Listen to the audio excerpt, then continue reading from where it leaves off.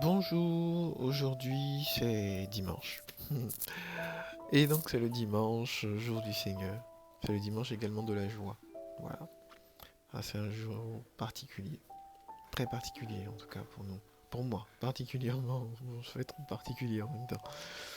Et donc aujourd'hui en regardant l'image de mon père, j'ai pu remarquer sur son visage de la joie. Il m'avait dans ses bras, j'étais encore bébé. Et alors que je pleurais, il avait de la joie sur le visage, un bonheur immense. Je me suis alors demandé, qu'en est-il du Seigneur? Du Seigneur, de la création du monde et de la création de l'homme particulièrement. Parce que là, j'étais la création de mon père, on peut dire. Ne me demandez pas pourquoi, je sais vraiment pas pourquoi, mais je dirais simplement qu'il fallait que j'en parle. Je voulais en parler. Alors, on va faire le lien avec beaucoup de choses, notre relation avec Dieu et nos relations amoureuses actuelles. Allons-y. D'abord, on sait tous que la Genèse nous l'enseigne. Dieu a créé le monde en 7 jours. On va se focaliser sur le premier, le sixième et le septième jour. D'abord, le premier jour, on nous dit, la Bible nous explique que au commencement, quand Dieu créa les ciels et la terre et tout ce qu'il y a, il n'y avait rien. La terre était informe et vide, et l'Esprit de Dieu se mouvait à la surface des eaux.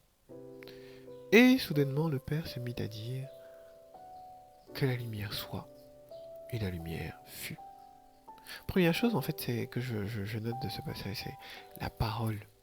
C'est-à-dire que le Seigneur, il parle, notre Père, il parle, il dit quelque chose, et cette chose va se manifester. Mais déjà, à la base, c'est comme ça, en fait, cette relation, du moins, que le Seigneur veut avec nous, c'est comme ça qu'elle commence. Ça commence toujours par une parole, par un appel.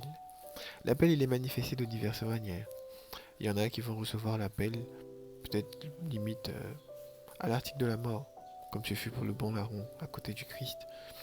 D'autres vont le recevoir dans leur famille, une famille pieuse qui a tendance à prier, ils vont recevoir l'appel de Dieu. D'autres, ça peut être auprès d'un ami, à la suite d'une circonstance ou d'une situation tellement compliquée dans laquelle ils ont pu voir la manifestation de la main de Dieu. Et donc, le Seigneur parle. Il y a une manifestation, l'homme reçoit. Et en retour, l'homme y répond. Parce que lorsqu'on t'appelle, faut répondre, c'est la base. Mais déjà, c'est ça. Premier jour, il y a la parole. Le premier jour, il y a la parole qui se manifeste. Et à partir du premier jour où la parole se manifeste, la parole elle se manifeste pour la création.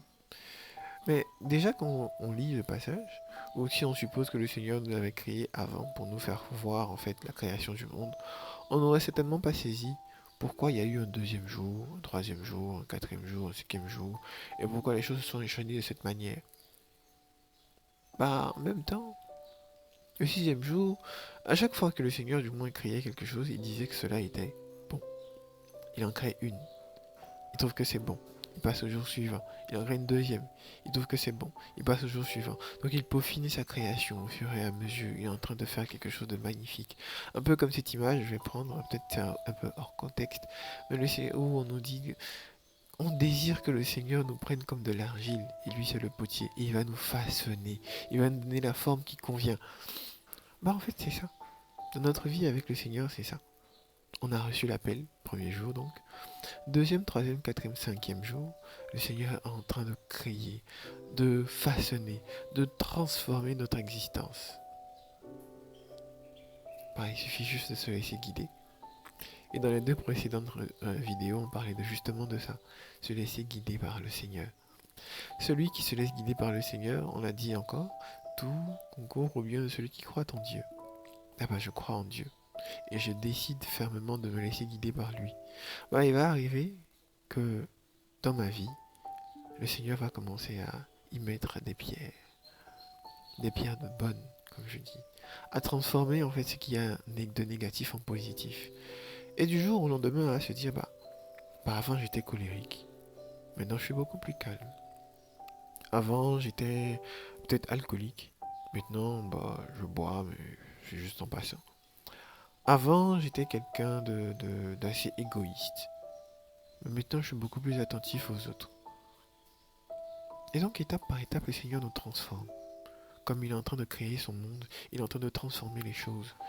Et arrivé au septième jour, après avoir créé tout ce qui est au sixième jour, après avoir créé tout ce qui est correct et bon, le Seigneur crée l'homme. Il lui dit, faisons l'homme à notre image et à notre ressemblance. Moi, en méditant, en fait, je me suis dit, quand je vois ça, c'est un peu comme si j'ai rencontré le Seigneur. J'étais peut-être pécheur, mauvais, méchant et tout. Le Seigneur, j'ai décidé de marcher avec lui. J'ai répondu à son appel. Et donc il me transforme, il me façonne au fur et à mesure. Il essaie de faire de moi sa créature. De ramener en fait cet homme que j'étais censé être depuis la création, mais que je ne suis pas forcément à cause des vicissitudes de la vie, à cause de tout ce qu'il y a comme difficulté. Et donc je me laisse façonner, je me laisse transformer par Dieu. Et donc au sixième jour, lorsque le Père dit « Faisons l'homme à notre image et à notre ressemblance », on devient quelqu'un qui est juste. Non pas juste par nos actes, mais juste par l'action de Dieu dans nos vies. Parce qu'on a laissé justement le Seigneur agir. Et c'est de ça qu'il s'agit. Et celui qui est reconnu juste, justement, qu'adviendra-t-il au septième jour, donc au terme du sixième jour? Au terme du sixième jour, moi j'y vois en fait la mort de l'homme. Et au septième jour, je vois son repos dans le ciel, avec le Père. Et donc partant de là, je vois cette image donc du Seigneur qui, par sa parole, nous touche, nous appelle, nous répondons. Et en se laissant guider, en se laissant obnubiler ou on va dire pétrir par sa présence, on est transformé, on est changé. Et on devient une créature nouvelle, bonne, à l'image de son Créateur et qui manifeste justement ce qui est juste. Et donc cette créature, au terme de sa vie, est appelée ou habilitée à aller vers le Père et à se reposer dans son paradis. Mais ce que je trouve encore assez intéressant, c'est cet autre passage du Nouveau Testament avec Saint Paul. Saint Paul qui nous dit que notre corps est en perpétuel conflit avec l'esprit. Et donc, lorsque nous avons tendance à, on va dire, accepter ce qui vient de la chair, on diminue en nous ce qui vient de l'esprit. Mais en acceptant ce qui vient de l'esprit, on augmente en nous ce qui vient justement de l'esprit. Et donc, on est beaucoup plus sain. On diminue ce qu'il y a de la chair. Et c'est cette image, en fait, que je voyais, que je trouvais assez intéressante. Plus j'accepte le Seigneur, plus je me laisse guider par lui, plus son esprit se manifeste en moi. Et donc, de mon premier jour, du moins, j'arrive, en fait, à laisser l'esprit se manifester, de sorte qu'au sixième jour, je suis une créature nouvelle. Je suis renouvelé en Dieu, et je peux agir conformément à ce qui est juste. Et donc, mourant, je suis justifié non pas par mes actes, mais je suis justifié par le Seigneur et son action dans ma vie. N'est-ce pas merveilleux? N'est-ce pas ça, ou du moins cela, la miséricorde? Et voilà que je viens maintenant à ce corollaire avec nos relations humaines. Je pense que actuellement, ce qui manque beaucoup dans nos relations humaines, mais particulièrement nos relations amoureuses, parce que c'est ce vers quoi je veux aller, c'est qu'en fait, on n'a vraiment pas d'objectif dans nos relations actuelles. On ne sait pas ce vers quoi on veut aller et comment en fait y aller, avec quelle personne y aller. Avant même de parler de cette strate, on va dire, spirituelle ou de ce volet spirituel, en fait, on sait bien que dans tout projet, il faut déjà qu'on ait un objectif déterminé et qu'on cherche à mettre les moyens nécessaires pour atteindre cet objectif. Et donc, dans nos relations, je trouve que c'est beaucoup ça qui manque. Relations amoureuses, je dis bien. Et donc, tout commençant par la parole, vous vous engagez. C'est pas une affaire de on va flirter et puis ensuite ça va créer quelque chose, non.